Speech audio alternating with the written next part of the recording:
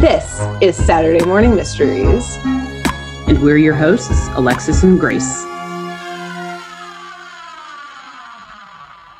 Hello, everyone, and welcome to Saturday Morning Mysteries, where we are your hosts. I'm Alexis. I'm Grace. And we are here to do our thing, which is telling true, quote-unquote, crime comedy tales based on classic animated cartoons. We are currently in the midst of our Courage the Cowardly Dog arc, which has been very funny, creepy, spooky, full of crimes, all of the above, all wrapped in one. And today is, I believe, our 4th episode. So smack dab in the middle if we follow whatever loose rules we have on this podcast. And Grace will be our wonderful story. She will be our storyteller, damn it. That's what I'm trying to say. So I will allow her to take it away. Great. I'm so excited for this episode. So you can tell by your Sorry, if you're listening to the podcast, you can't see right now. We're just doing very weird, like pinchy hand motions that yes. Very Zoidberg-esque. Like, yes. So right before we hit record, I started telling Alexis that I need to talk about the music of this episode because I just wanted to start today off by generally flagging how incredible the soundtrack to Courage the Cowardly Dog is, and not in the way of like, oh, they picked like popular songs at the time, but like full scale composing and composition that they went down to create some of the music. Much like Alexis in your, I guess it'd be 2 episodes ago for you, like 3 episodes ago in our arc of like the acapella sing in Doc Gerbil when like and it's a Doc Gerbil's speed world. yeah, in Doc Gerbil's world. But yeah, it's like acapella, like slow motion water, like speedboat chase. And the episode I'm going to be telling you about today. So the reason why I want to start off with talking about this music is that every single time in this episode that our criminal / villain / evildoer today is on screen at all, there's this, like, I can only describe it as synth opera. So it has like a synth, like steady, like do, do, do, do, but then like an ominous, like children's choir singing over it. It's so scary. What? It's just like do do do do do do like in like Latin or some shit. Just every time he's doing something. It's like if The Exorcist and like Deadmau5 did a collab. That's like exactly what it is. It's like terrifying and perfect and evil as hell. Like, wow. So good. And yeah, every time this criminal is like up to something nefarious, it's just like that, or like showing the impact of him. So I want you to just keep that like soundtrack playing in your head throughout this episode. So much. Oh my God. It's so weird. It's so weird. Yeah. And it's so good. So anyway, so this episode to this incredible soundtrack. I cannot wait. Yes, is season 2, episode 13, part A and B. So it's a 2-parter. Oh, you're doing both parts. Because it's just the same. It's just one long episode. Okay. Yeah. So it's not really split into 2 different things. It's like, even in like the episode title, they call like part 1 and part 2. So it's just a normal episode 13, basically. Gotcha. And this episode that I'll get to here momentarily, opens with, again, that said ominous synth opera music as we see bombs going off in the middle of nowhere under like an evening, like purple sky. But not just any bombs. Specifically, we see cannons flying into nowhere. And as they impact, more cannons, always cannons. And as they impact, they give off these like electric blue, essentially like mushroom clouds. But as what they're hitting in the city is citizens of nowhere, men, women, animals, literally children. Like we see like a little girl jump roping and then gets hit with one of these cannonballs. Oh my God. And we see, like the blue, like mushroom cloud just exploding. And it makes people of nowhere not just drop like flies, but it turns all their skin like this like pukey green color. And they're dropping down not because they're dead, don't worry, but they become suddenly unable or really unwilling to get up. And they just they don't actually become zombies, but they bring that kind of air all of a sudden into the city that like they're nothing more than like a shell of a human being who just like, why would I bother to get up? And again, no one is spared from this onslaught. Again, we literally see a child get hit by this. And it grinds the city. The crime to of jump roping. Yeah. No jump roping on the sidewalk. Damn it. Hit him with a bomb. Hit him with a cannon. Dark.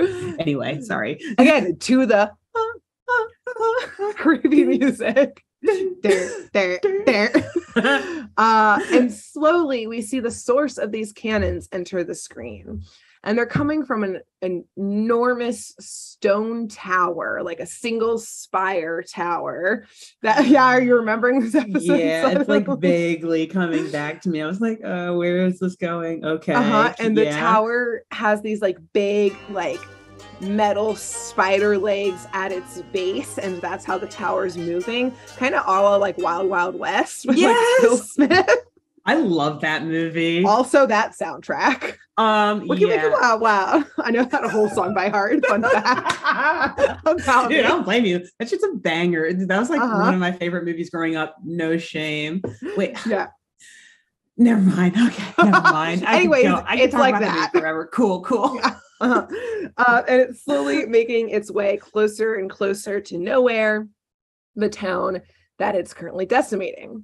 And as the tower gets closer, we see the mayor of Nowhere, who's just some large dude with a big bushy mustache, tell his advisor, "We've been bamboozled. Give that madman whatever he wants." So this madman, only a mere hours earlier, had actually been in the mayor's office, extorting, maybe blackmailing, threatening. Yeah. The city of Nowhere to back his project. He's just looking for an investor, basically, at the mere price tag of $33.33 billion. Understandably, the mayor laughed the man out of his office.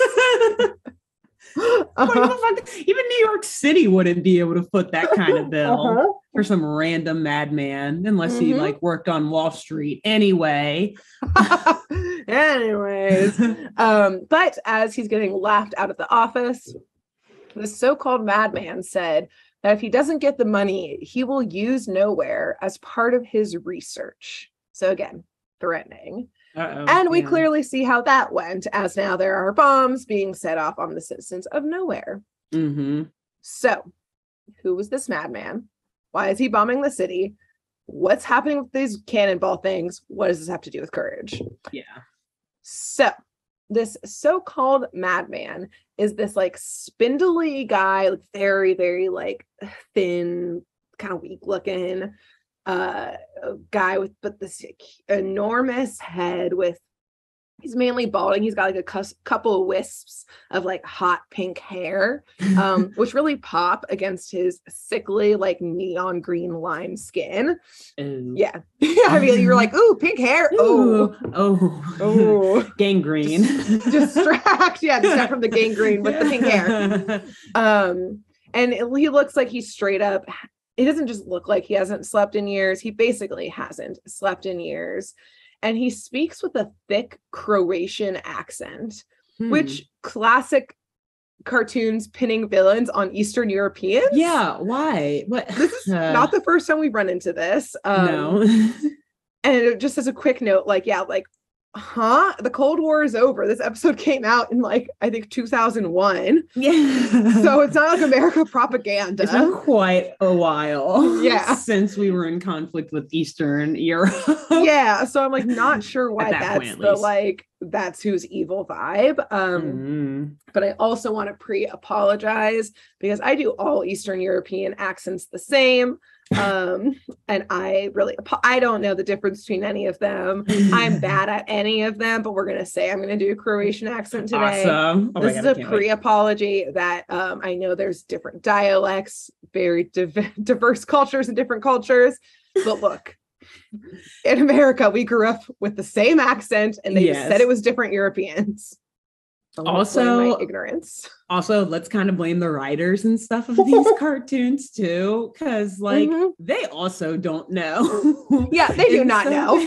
They just very vaguely are like, just some sort of Europeanish accent. I don't know. Yeah. Like for all we know, it could be like 5 different dialects that the voice actor is like just merging together. Like, this is a Eastern European.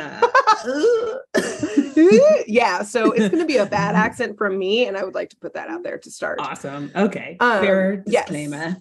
But I do know that it's specifically or supposed to be a Croatian accent because his name is actually a Croatian word. And his name is Zalost. Dr. Zalost, or Zalost, as he says it, to be exact. And in Croatian, Zalost means sadness. Oh, wow. I know. Wow. I never knew his name meant something, and to know that's what it means makes me feel Zalost. Wow. Nice. The more you know. The more you know. The little rainbow goes across the screen. Anyway. So as we do with most of our episodes, before I get into it, I'm going to wildly speculate here about Dr. Zalost and how he found himself in a bionic spider tower bombing a city. And as I do with many of my episodes, I won't say that you do this with yours, but I definitely do with mine. I would like to seat my speculation in a topic that I personally know next to nothing about. Same. You can say that for me too. But we'll act as if I do. Excellent. Thanks to Wikipedia. Can I real quick just say that's the one rule of this podcast? Skimming. Everything skimming from Wikipedia. After that, like, do however many episodes you want. Talk about whatever you want, but you must skim Wikipedia first. The lightest of skims. Yes. So in this case, for my episode today, Alexis, the said skimming of Wikipedia will be the Croatian War of Independence. Oh boy. A topic I'm sure you know much about. Oh yeah. I wrote a thesis paper on it. So don't worry though, I'm not going to talk about any of the details of the war because I was so unaware of Croatian history that I straight up didn't know it used to be part of Yugoslavia and only became an official separate nation in 1995. And I will take no further questions about that at this time. I will ask none. I will ask none. Can I just say one other thing before you jump in here? I would love it. Just full disclaimer, ladies, gentlemen, anyone in between. This is in no way, shape, or form a war podcast. Yes, thank you. Why do we talk about war so much? I don't know. Because it makes like for a good backdrop to a story. It adds drama. It creates villains. Yeah. It adds drama, suspense. Yes. Anyway. So that's the backdrop of my wild speculation. Cool. So again, no more further questions. I don't have any answers. I will not. But I do think that Zalost grew up in what would eventually become Croatia. And that he came from what was an esteemed family for actually most of the nation's history. So before World War II, fun fact, thanks Wikipedia, there were royal bloodlines in Yugoslavia. It used to be a monarchy of some variety. But during the war, it was occupied by Nazis. And then after the war, after World War II, it became all of these different Eastern European now separate countries, but at the time, they all became the Socialist Federal Republic of Yugoslavia. And I assume all of the said royal bloodlines lost their thrones. They got ousted because suddenly it's a socialist republic. That ain't no monarchy anymore. Kind of the opposite of a monarchy. Yes, exactly. But again, I believe that Zalost came from this royal bloodline. And I think that his parents raised him explaining just how important he was, that he was royalty, and that everyone should not only respect him for it, but worship him for it. And he, their only child, and thus the last heir to their throne, deserved to get his throne back and be thanked for it, for retaking Yugoslavia / eventually Croatia back into a monarchy as ruled by him, as was his quote unquote blood right, according to his parents. So his family did retain some of their wealth, even though they lost their throne. I think that probably like when the Nazis came to Yugoslavia area, like his family probably like fucked off to like vacation somewhere in South America, kept their money, and then came back to Brazil. Sorry. It's not something more nefarious. Anyways, but sorry, they came back at some point, and Zalost went to the best schools in the Socialist Republic of Yugoslavia, growing up without having to really ever even raise a finger or probably even to go to class on most days. Anytime there was a naysayer as to why he was on, something like the varsity team, even though he couldn't even like lift up a basketball, or how he got into like a PhD program that I surmise was maybe in chemistry, even though he never even took like organic chemistry class. His parents would just pat him on the back. Clearly they paid his way into it, but tell him that it was just the jealous plebeians trying to keep him from his God-given rights as the rightful king of this grand country. And if Zalost got someone else got something that he didn't get, he would throw a fucking fit. But not just a fit until like he also got it. Like, something as small as like you got a piece of cake and I didn't get one. But he would throw a full tantrum until the other person got it taken away. So instead of his attitude of being, I want it because you have it, it is, if I can't have it, no one can have it. So very evil monarch-esque view. Yeah, very entitled. Yeah. Yes. So there may be some who could argue that his parents did all this because they loved him so much, that they spoiled him, that they wanted him to have such an easy life. But again, I think his parents were disgraced from the downfall of the monarchy and only had him to act as their heir and their puppet to eventually regain their throne. So remember, at this time, Yugoslavia was a socialist republic, yet Zalost's parents were able to pay his way into an impressive resume so he could have all those claims to fame when he eventually became king again. And in order to do such a thing in a country where that type of wealth shouldn't matter, they had to pay tenfold what they would have had to pay in bribes. So instead of just like, oh, here's a few $100, get him onto the sports team, here's tens of thousands of dollars, get him on the sports team. Buy the sports team. Yeah, exactly. So they had to pay every last cent that they had to get him, this spoiled ass little brat, just to seem impressive, even though no one was ever impressed with him because everybody knew that his parents were just paying his way.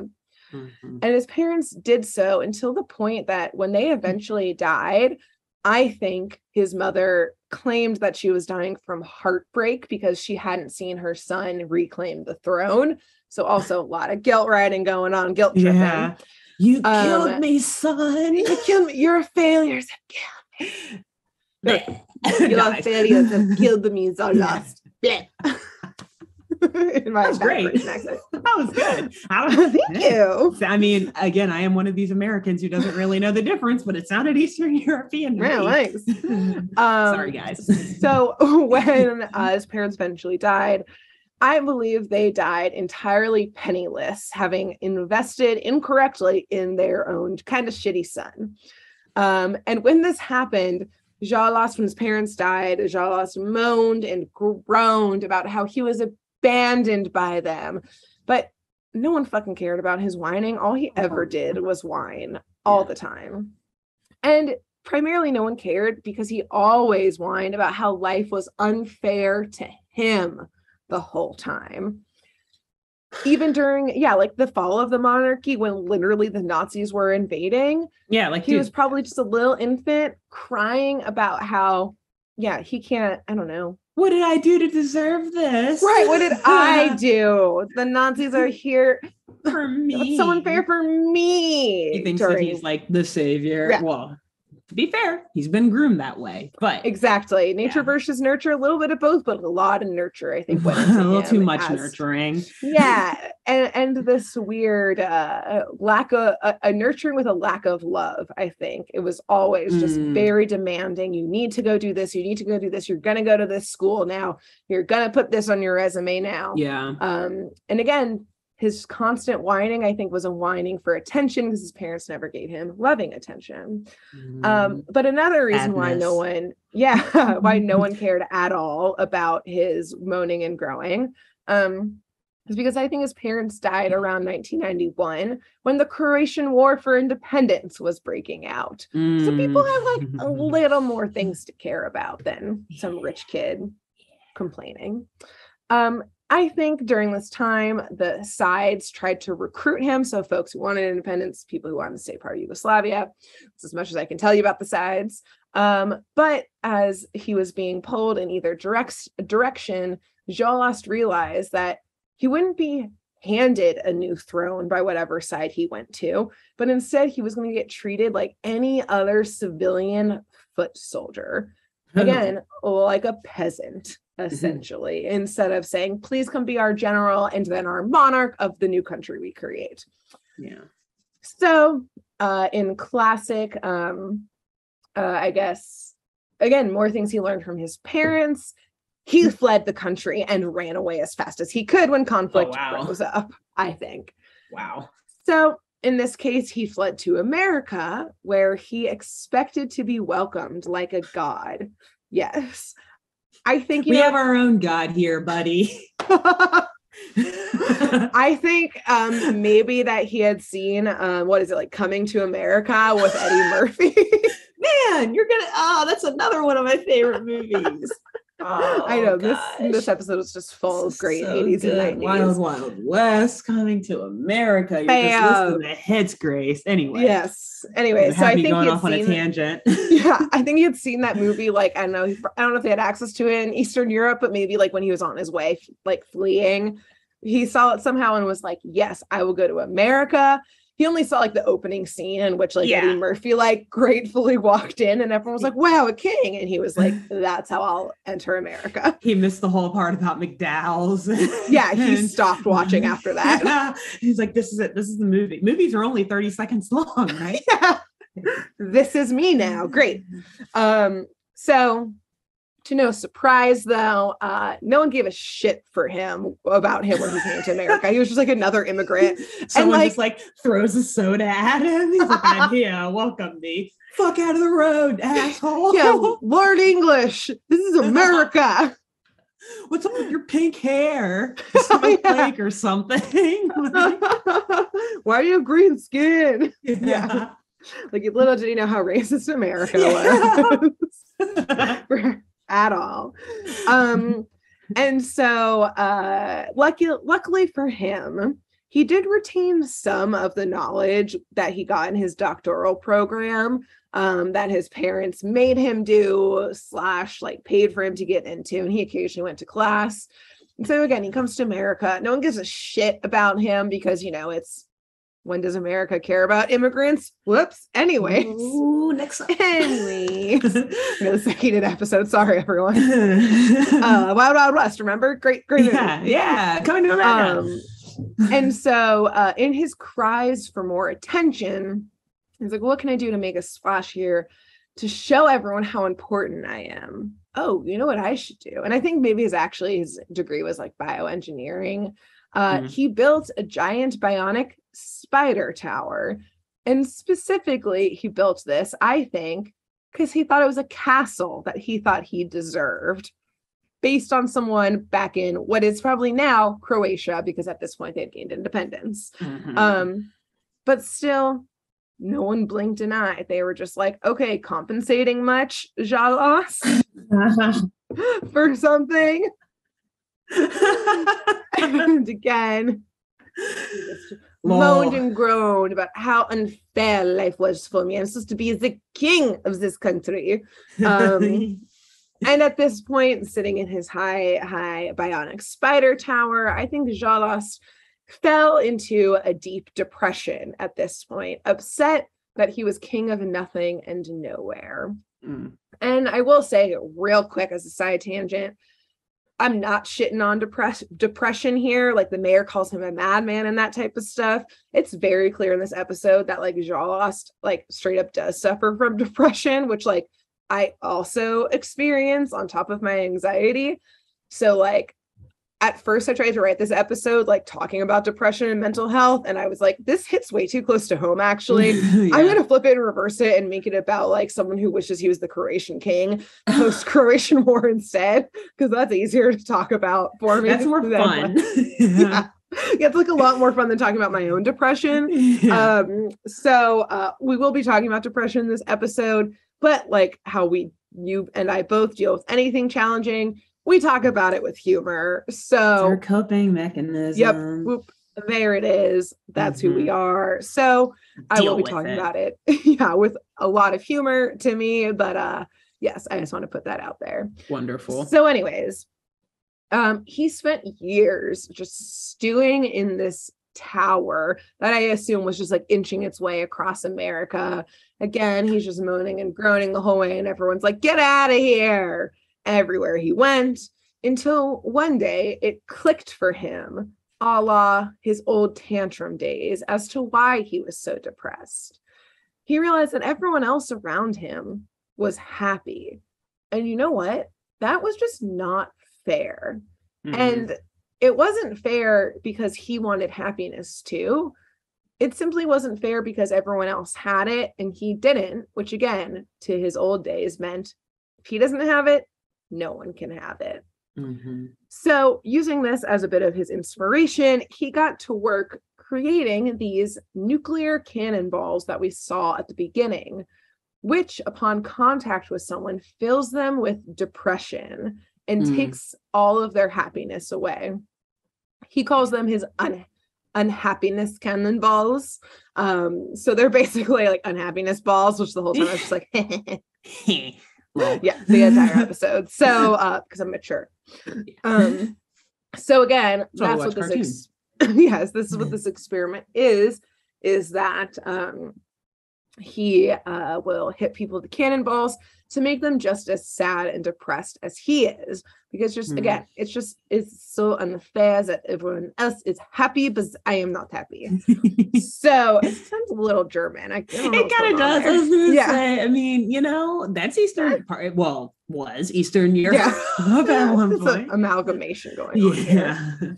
And so that became part one of his plan, was everyone else is happy. I'm not going to deal with that shit. Everyone else needs to be depressed like me.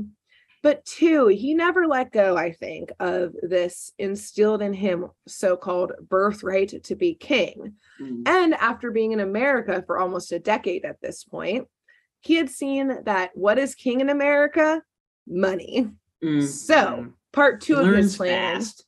Yeah, truly. I mean, again, he retained some of that information, all those very nice schools. So thus this plan came together, and he found himself in the closest town that his bionic tower had walked to, nowhere, Kansas, where he decided to try and extort them for the billions of dollars so he would be king of America. And as we will learn, though, of one, again, nowhere, Kansas is not going to have billions of dollars at all. Did he look at the town in any way, shape, or form? Two, I guess he did learn on the plus side of things that yes, billionaires are king in America. People idolize them. So his plan like totally wasn't off base. No. But as we will learn that with or without the money, the most important part of this plan became spreading his unhappiness no matter what. And so in stark contrast to this like loveless, delusional household that Zalost grew up in, we're going to cut away from wild speculation to go see our dear Courage the Cowardly Dog hanging out with his numero uno lady, Muriel.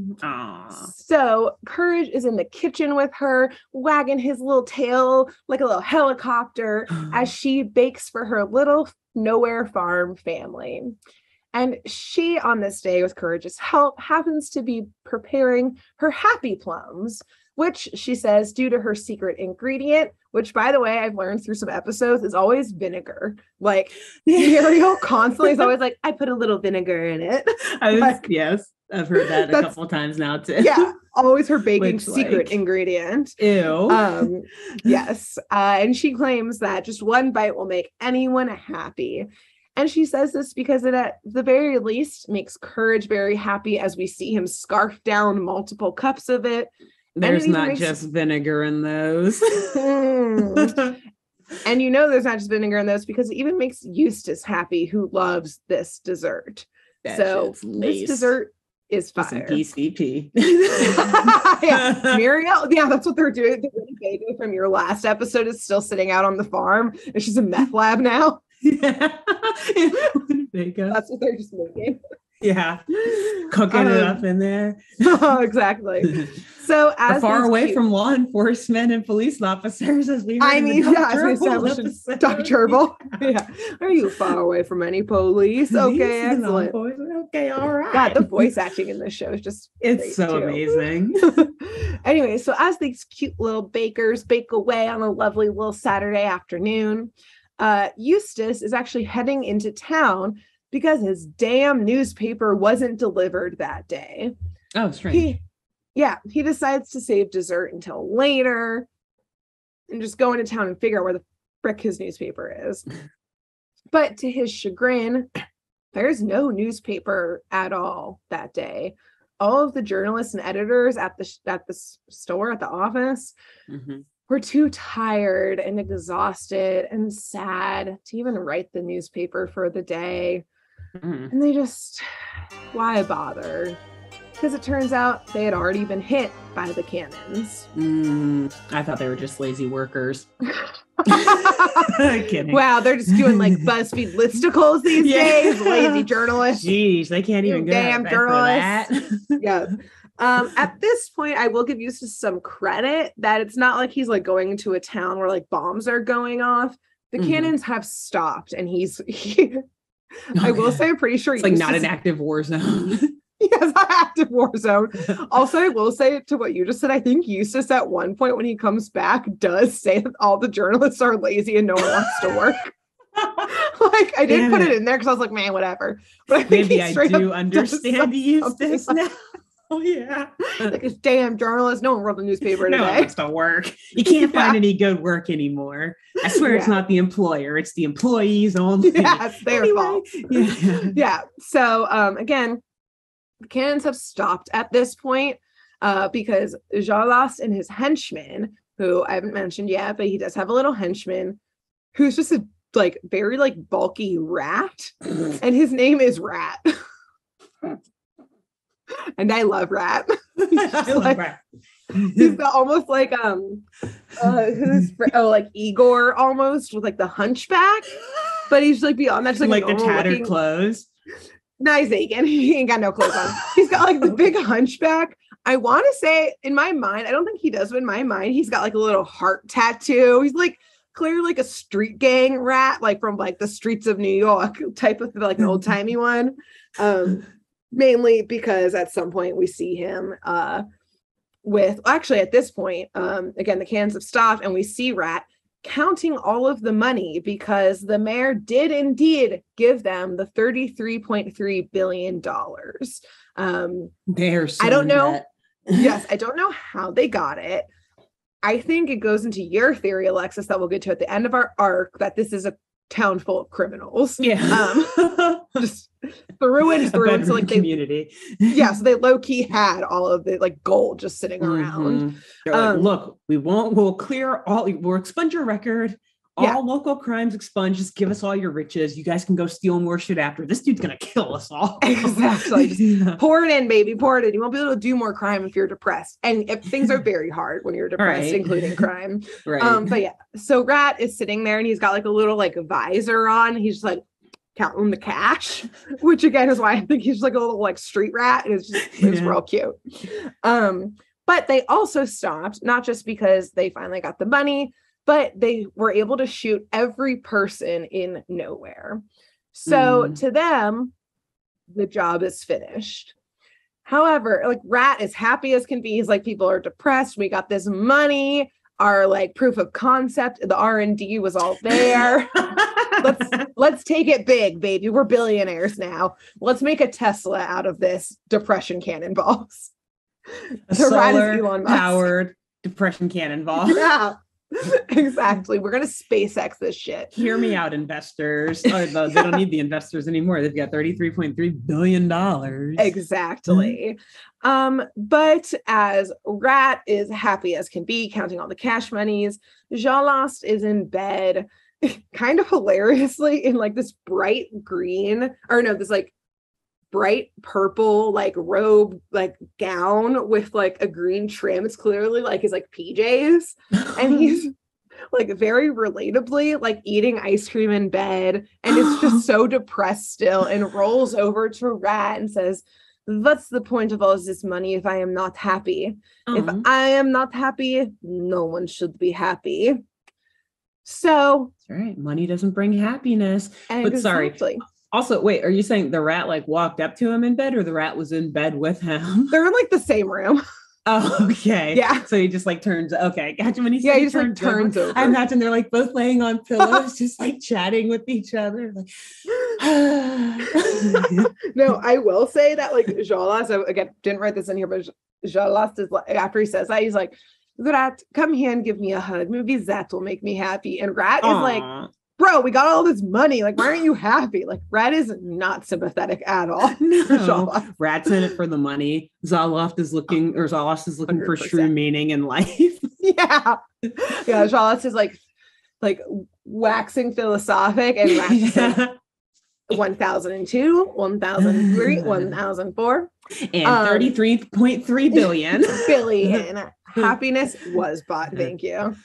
So as Zalost is just like, why am I not that happy after all of this? The mayor is sending messages to Zalost being like, bro, we gave you the money, like free our city, please. Like somehow like make these people happy again. Like everyone's depressed. Like, please, like, you said you would if we gave you the money. But Zalost drones on and says, he's not going to do it because the money didn't make him feel any better. And then he hangs up on the mayor, turns back to Rat, and complains that people are so selfish. All they do is think of themselves. Bro. Irony. Look in the mirror. Irony. Look in the mirror.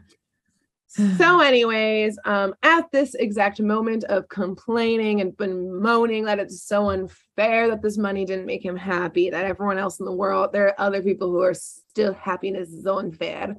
Zalost hears honking outside of his tower, and he like shuffles out in his little matching slippers of like the like bright green and purple to see Eustace to see Eustace at the bottom of the tower in his like little dinky trunk, honking and yelling why they parked the tower in the middle of the road. And be like, damn you kids, move this tower. Yeah, stop in the middle of the road. And he just like whips around the tower, like waving his fist at the window, and drives around the tower.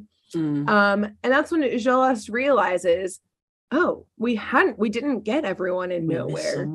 Yeah, we missed someone. Maybe that's why I'm still unhappy. There were still people who have happiness around him, which is not okay. So Zalost and Rat follow Eustace to the farm, which obviously is not subtle at all. There's a giant bionic tower walking towards you. So Courage notices it right away out the window and is immediately like, this is some bad news, bears. Oh no. And I just want to remind you at this point that as the tower is approaching, and you should assume from here on out in the episode that every scene has the synth opera music happening in the background.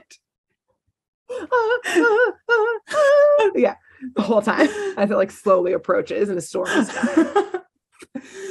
Oh my god. So Eustace and Muriel also notice this giant tower approaching their home, and they got out on the porch to see what the hubbub is.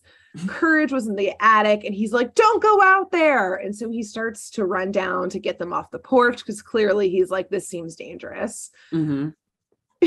And what I think is one of the funniest scenes in Courage the Cowardly Dog, there's many, but Zalost immediately fires the cannonballs of unhappiness, multiple of them, right at Eustace, and nothing happens. Eustace is just like yelling at them, like, get off my property.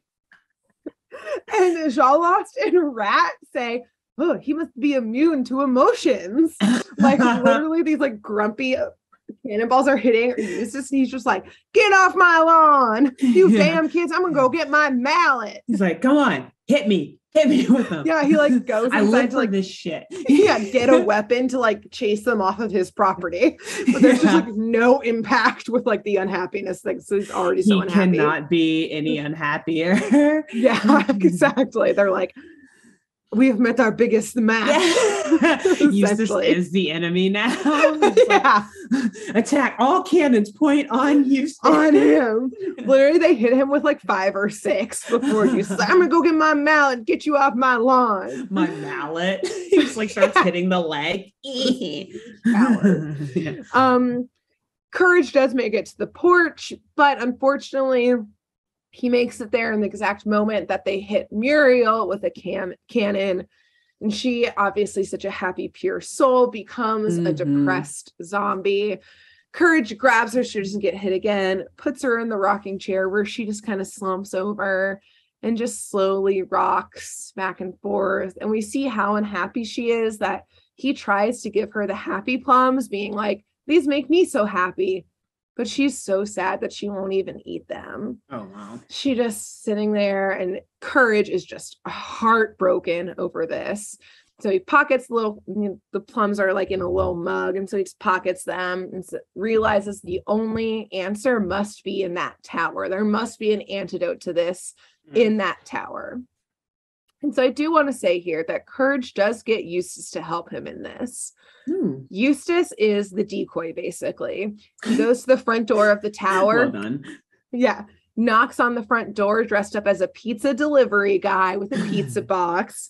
Rat opens the door, gives him $20 for the pizza that he's like, I guess Zalost ordered some pizza, and takes the pizza inside where Courage is hiding. And now, real quick, before you think Eustace did this out of a love for trying to cure Muriel, we see him immediately hold up the $20 from Rat and say, Courage was right. This is the easiest $20 I ever made. Oh. And he pockets it and goes back home. Sits down and watches TV. Yep.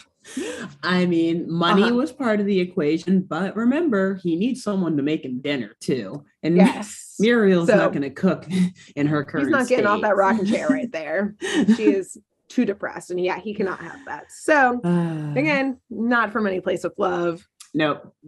Who is the real criminal? Anyways, so inside Zalost's tower, there's this big winding staircase in this mad scientist lab where there's this huge, like room-sized cauldron bubbling with green liquid that the cannonballs from some giant machine are being dipped into.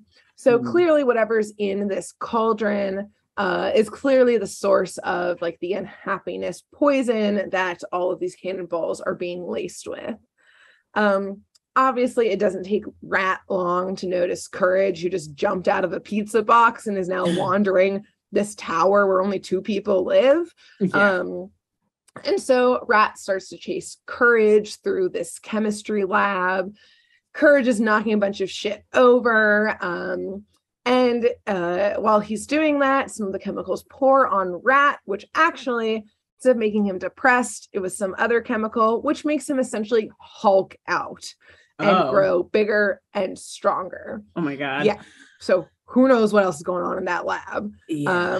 This is just one experiment. Yeah, exactly. The unhappiness stuff was just one experiment. Yeah. I think the like Hulk out one was probably, again, like Zalost is really spindly and weak, and like was probably like never, he got put on the varsity teams because his parents paid his way, but like again, he couldn't even like lift the ball. So he's like, I'll just like make myself big and strong when I become king with chemicals.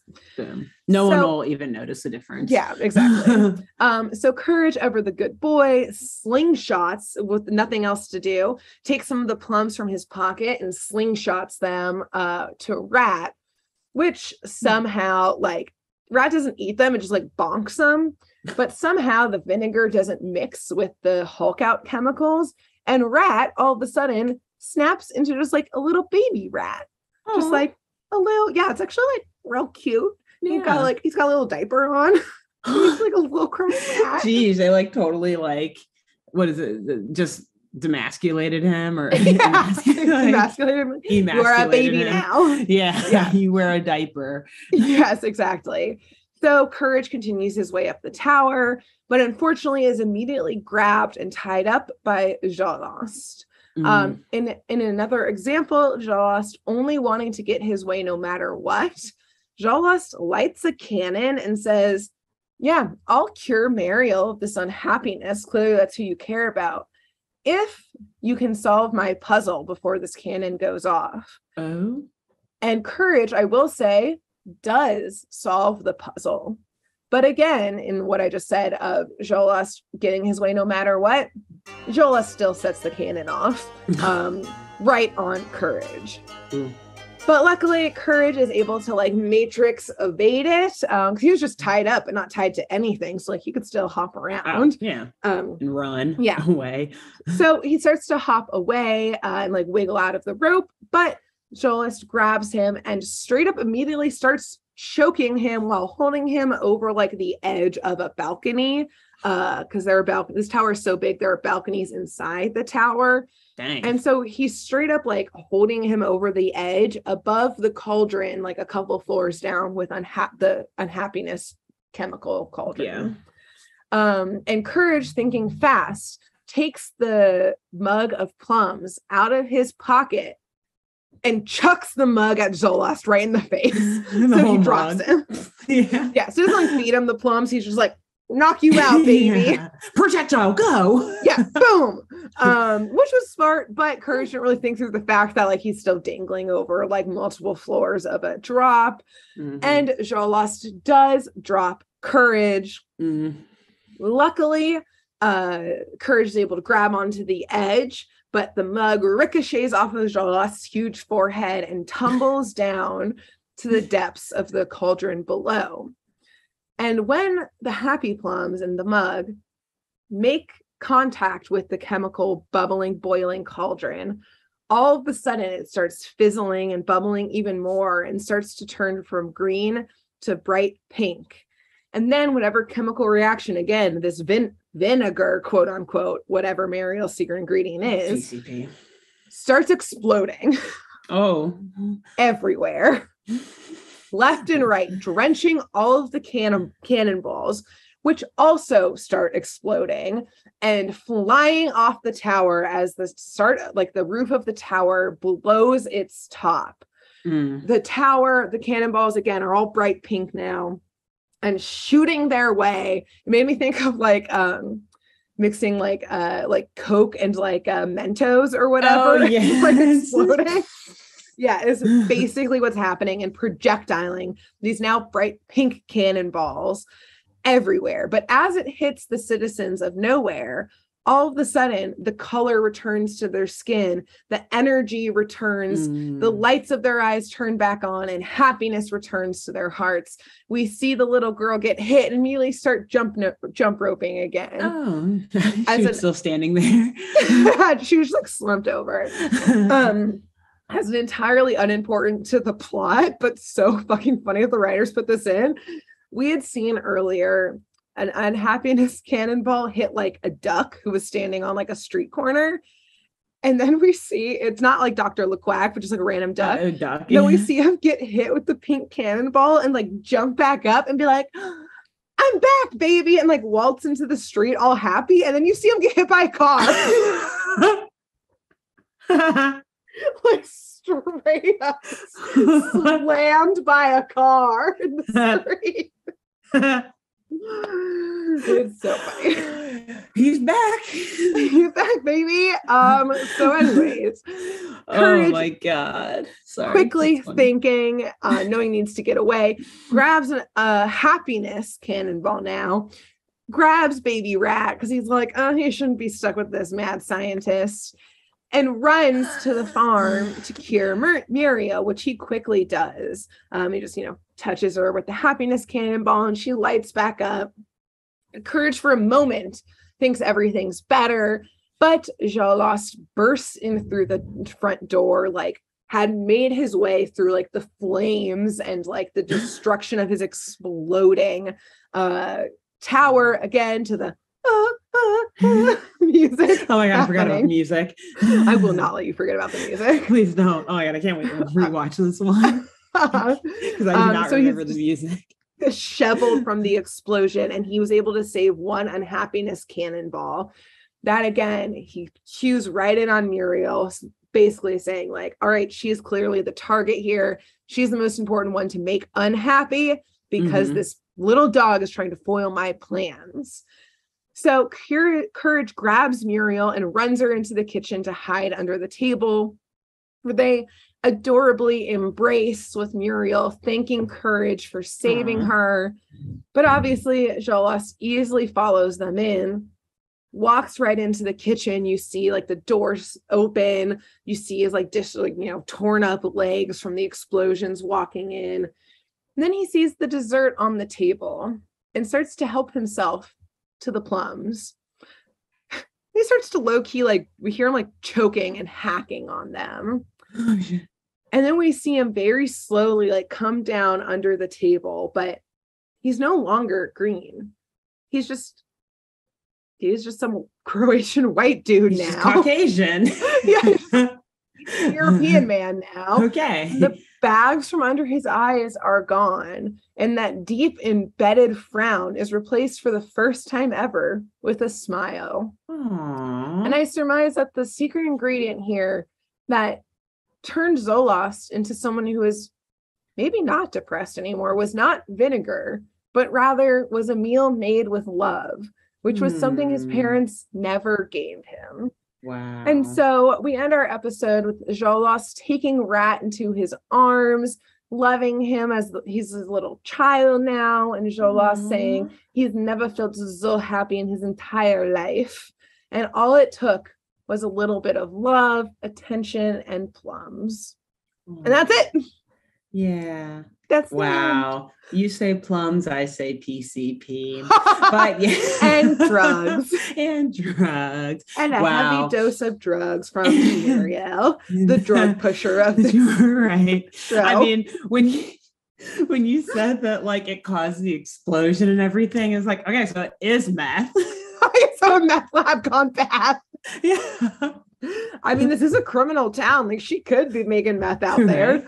The Winnebago, you got to put it to use. Yeah. Wow. Great job. Amazing. Thank you. I love it. Look at these past two episodes of the theme is that you need some love. It's all about love. Yeah. So what happens when he runs out of the plums? Like, does he have Muriel on like speed dial now? Like, I'm almost out. I need a fresh batch. I'm going to do something crazy if I don't get I think more. He permanently moves to nowhere and just becomes like the town druggie. Like, like everyone's got that one person in town who's like really addicted, but they're not doing anything bad at all. They just need a couch to crash on. Like you want to help them. You want to take them to AA, but also like Narcotics Anonymous, but you're also like, actually, they're a lot more pleasant in their horrible addiction. Yeah. So we're just gonna keep Zalost on those drugs. Yeah. And so I think that's what it is. Cool. Yeah, but this could be yet again a criminal origin story though for a rat. Mm-hmm. I mean, although now that Rat is getting some TLC too, though, from Zalost, it's like maybe his life will turn around too, or maybe he's really just like, no, man, I want that money. Yeah, exactly. Please, like experiment on me again so I can go steal more money. Is this the origin story of Bubbles from Rescue Rangers? You know, who moves back to New York City as a street rat, hooks up with Pop Top to run a cult to get that money. I did think about that when you mentioned like this hulking like street New York City street rat. I was like, oh, maybe he's like he works with Pop Top. I couldn't remember his name though. Bubbles. Yep. All I could remember was your description, the Lucha Libre. Sumo wrestling. Yeah. Yep. Go back crossover a few episodes and listen to our Rescue Rangers. Yeah, we did an episode about like cults and stuff. Go find it. It's very funny. There. We tie all of our shows together. Turns out these classic animated shows are only so different. they have a lot of common ground. I will say in another crossover, which I haven't watched yet, but my friend Carl has mentioned on the show before, did point out that in the last few years, they did like a Scooby-Doo Courage crossover. Did they? I think needs to be like a bonus content for us, like a very special episode one day for us. Yeah, one day we're gonna have to find that because I don't even. Yeah, I think it was kind of recent. Yeah. So, anyways, put a pin in that. Thank you, Carl, for the recommendation. Yes. So, there you have it. Great job. Everyone needs to go watch this episode purely for the accents and the music.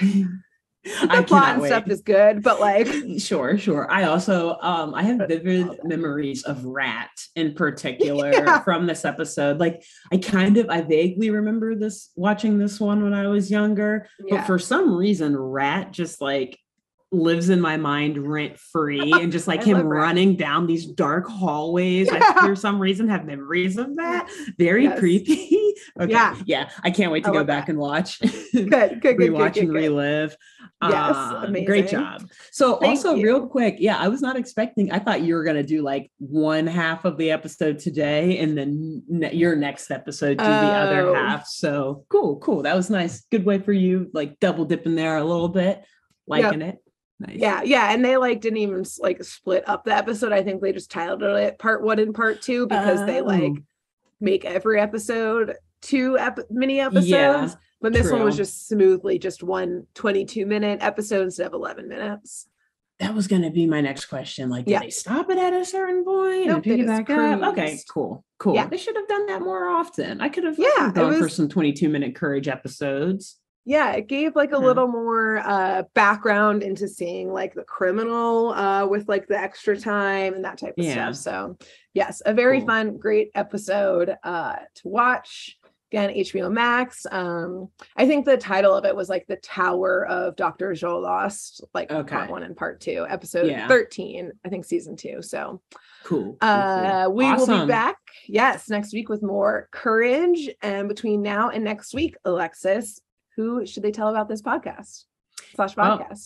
I think this week you should tell, since we shat on them a little bit earlier, we'll bring it back. Redemption. Tell a journalist. They're not lazy. they like doing their jobs. Yes, they are good at it. Sometimes you get hit with writer's block. Sometimes maybe you get hit with an unhappiness cannonball. Something gets in the way and you can't. It's hard to stay up to date on the news. But find a journalist, tell them, watch Saturday Morning Mysteries. Nice. And then write about it and how great it is. Yeah, right. Exactly. Put it in WAPO or New York Times. We'll see how that goes. Nice. And I think after you tell the journalist, I was going to say tell like the newsies, but they don't exist anymore. Like extra, get your paper here, a nickel. Where do you buy your newspapers?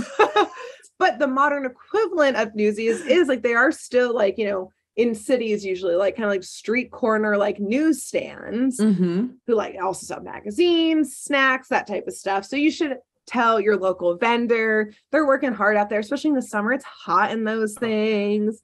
So tell them, grab a paper while you're there, grab a little Snickers bar or something. Yeah. And be like, you guys stand here all day long, put on Satmore and Miss. You'll enjoy it. Yeah, listen to it. Yeah. Exactly. Yeah. And until then, we'll see you next week. Yeah. Bye. Bye. Thanks for tuning in to Saturday Morning Mysteries. If you enjoyed this episode, please share, rate, review, leave us a like, and drop a comment. We post episodes every Saturday and bonus tune tangents whenever we feel like it. So please subscribe so you don't miss the shenanigans.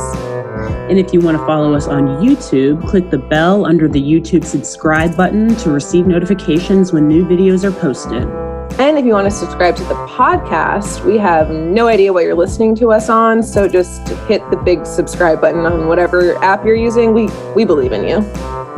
Give us a follow on Twitter and Instagram at Satmore and Mist, all the abreves, and let us know if you have any episode or show requests by emailing SaturdayMorningMysteries@gmail.com. Thanks to Jenna Kendall for the logo design and to Ava Sakiki for the music used during this week's episode. See y'all groovy kids next week on Saturday Morning Mysteries.